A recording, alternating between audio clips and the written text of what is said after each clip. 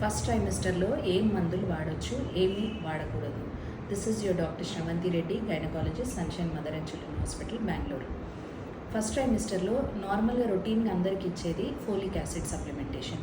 ఈ folic acid baby neural development కోసం ఇస్తాము. న్యూరల్ ట్యూబ్ డిఫెక్ట్స్ని ప్రివెంట్ చేయడానికి ఇస్తాము.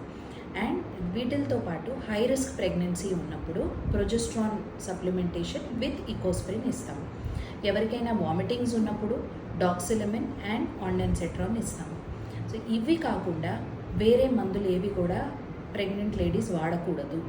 ఎందుకంటే ఈ ఆర్గానోజెనిసిస్ అని జరుగుతుంది. బేబీ అవయవాల ఫార్మేషన్ స్టార్ట్ అవుతుంది and it finishes it's formation by 11 weeks.